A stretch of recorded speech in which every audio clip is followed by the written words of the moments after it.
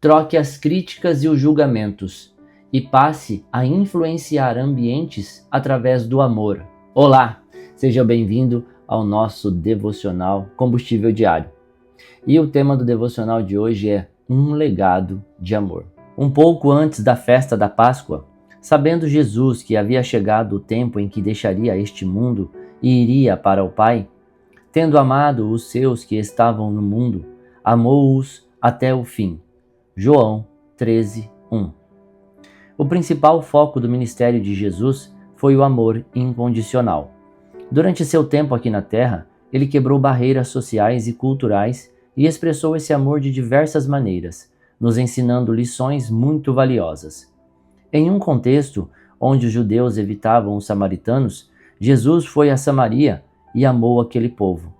Enquanto os ricos menosprezavam os pobres, Jesus os acolhia e alimentava. Mesmo os cobradores de impostos, amplamente odiados, encontravam graça na presença de Jesus.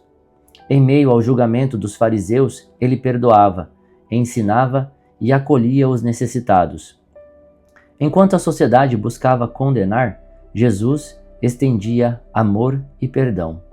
Ele agiu dessa forma para nos deixar o exemplo de que é possível vivermos uma vida permeada por este amor prático. E essa é a resposta que o mundo tanto precisa. Se você olhar ao redor, verá como a crítica, o julgamento e a fofoca têm tomado conta das relações entre as pessoas. E esse tipo de comportamento só nos afasta do padrão que Jesus nos ensinou. Diariamente, temos a oportunidade de marcar a vida das pessoas ao nosso redor. E se for para deixarmos marcas, que sejam de amor. Hoje, somos chamados a refletir o amor de Jesus. Em um mundo carente, o amor oferece perdão, graça e restauração. Da mesma forma que Jesus olha e ama cada um de nós, somos chamados para isso. Saiba que o amor é um poder transformador, capaz de trazer mudanças profundas. A partir de hoje, troque as críticas e os julgamentos e passe a influenciar ambientes através do amor. Palavra-chave de hoje: amor. Leitura bíblica, Neemias 5. Neemias 5. A exploração dos pobres. Algum tempo depois, muitas pessoas, tanto homens como mulheres, começaram a reclamar contra os seus patrícios judeus. Alguns diziam: as nossas famílias são grandes e precisamos de trigo para nos alimentarmos e continuarmos vivos. Outros diziam: para não morrermos de fome, nós tivemos de penhorar os nossos campos, as nossas plantações de uvas e as nossas casas a fim de comprar trigo. E outros ainda disseram: tivemos de pedir dinheiro emprestado para pagar ao rei os impostos sobre os nossos campos e plantações de uvas. Acontece que nós somos da mesma raça dos nossos patrícios judeus, e os nossos filhos são tão bons como os deles. No entanto, nós temos de fazer com que os nossos filhos trabalhem como escravos. Algumas das nossas filhas já foram vendidas como escravas. Não podemos fazer nada para evitar isso, pois os nossos campos e as nossas plantações de uvas foram tomadas de nós. Quando eu, Neemias, ouvi essas queixas, fiquei zangado e resolvi fazer alguma coisa. Repreendi as autoridades do povo e os oficiais e disse: vocês estão explorando os seus irmãos. Depois de pensar nisso, eu reuni todo o povo a fim de tratar desse problema e disse: de acordo com as nossas posses, nós temos comprado dos estrangeiros os nossos patrícios judeus que tiveram de se vender a eles como escravos. E agora vocês, que são judeus, estão forçando os seus próprios patrícios a se venderem a vocês. As autoridades ficaram caladas e não acharam nada para responder. Então eu disse: o que vocês estão fazendo é errado.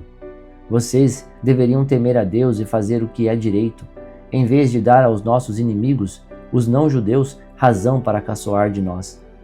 Eu e os meus companheiros e os homens que trabalham para mim temos emprestado dinheiro e trigo ao povo, e agora vamos perdoar essa dívida. Portanto, vocês também perdoem todas as dívidas deles. dinheiro, vinho ou azeite, e devolvam agora mesmo os seus campos as suas plantações de uvas e de oliveiras e as suas casas. As autoridades responderam: Está bem, nós vamos fazer o que você está dizendo. Vamos devolver as propriedades e não vamos cobrar as dívidas. Então eu chamei os sacerdotes e fiz as autoridades jurarem que cumpririam essa promessa. Depois tirei a faixa que usava na cintura e a sacudi. E disse: É assim que Deus vai sacudir qualquer um de vocês que não cumprir essa promessa. Deus tirará dele a sua casa e tudo o que ele tem, e o deixará sem nada. E todos os que estavam ali disseram: Amém, que assim seja. Aí louvaram a Deus, o Senhor, e cumpriram a promessa que haviam feito. Durante os 12 anos que fui governador da terra de Judá, desde o ano 20 do reinado de Artaxerxes até o ano 32, nem eu, nem os meus parentes comemos a comida a que eu tinha direito como governador. Antes de mim, os governadores tinham sido uma carga para o povo e haviam exigido que o povo pagasse 40 barras de prata por dia a fim de comprar comida e vinho. Até os seus empregados exploravam o povo. Mas eu agi de modo diferente porque temia a Deus. Trabalhei com todas as minhas forças na reconstrução da muralha e não comprei nenhuma propriedade. E todos os meus empregados ajudaram na reconstrução. Também hospedei na minha casa 150 judeus e os seus chefes, além de todas as pessoas das nações vizinhas que vinham à minha casa. Todos os dias eu mandava preparar um boi, 6 ovelhas das melhores e muitas galinhas. E cada 10 dias eu mandava vir uma nova remessa de vinho. Mas eu sabia que o povo tinha de trabalhar no pesado. Por isso, não pedi o dinheiro da comida a que eu, como governador, tinha direito. Ó Deus, eu te peço que leves em conta tudo o que fiz por este povo. Assim como Jesus, Neemias era um cara que demonstrava amor em seus atos. De acordo com o capítulo 5 do livro de Neemias, mostra que o que ele fazia como governador de Judá naquela época. Ele ajudava os pobres, não recebia o seu salário de governador, não tirava mais do que ele precisava das pessoas e ainda assim ajudava pessoas mais pobres do que ele. Ou seja, isso é amor. Hoje nós vivemos num mundo em que nós vemos muito isso ao contrário. Principalmente no Brasil, onde nós vemos os governadores, os governantes, não os governadores, os governantes do Brasil tirando muito mais do povo do que aquilo que deveria ser tirado, pagando por viagens da família e fazendo um monte de coisas que não deveria ser feito. Nós temos que aprender. A Bíblia, ela é o livro mais antigo do planeta, ou um dos livros mais antigos do planeta, mas ainda assim é atual. Veja como o capítulo 5 de Neemias é tão atual que fala sobre o que está acontecendo, por exemplo, no Brasil ou em outros países mais pobres. Os governantes roubam das pessoas, tiram das pessoas e acabam levando isso para o próprio bolso. Isso não é correto. Fica aqui uma lição para mim e para você. De repente, você não é um governante. De repente, você não é um prefeito, você não é alguém que trabalha na política. Mas mesmo assim, se você estiver tirando de alguém para colocar no seu bolso de maneira corrupta, por favor, pare de fazer isso. Tema a Deus. Ajude as pessoas. Nós não precisamos mais do que aquilo que Deus nos dá.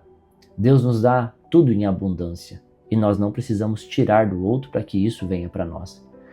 Na verdade, essa cultura de que eu deva tirar do outro para que eu tenha mais, ela é uma cultura de escassez. Nós não precisamos tirar do outro para que nós tenhamos mais. Muito pelo contrário, quanto mais você abençoar outras famílias, mais abençoar outras pessoas, mais demonstrar o amor que Jesus veio pregar na terra, mais você terá. Muito obrigado, tenha um ótimo dia e que Deus o abençoe.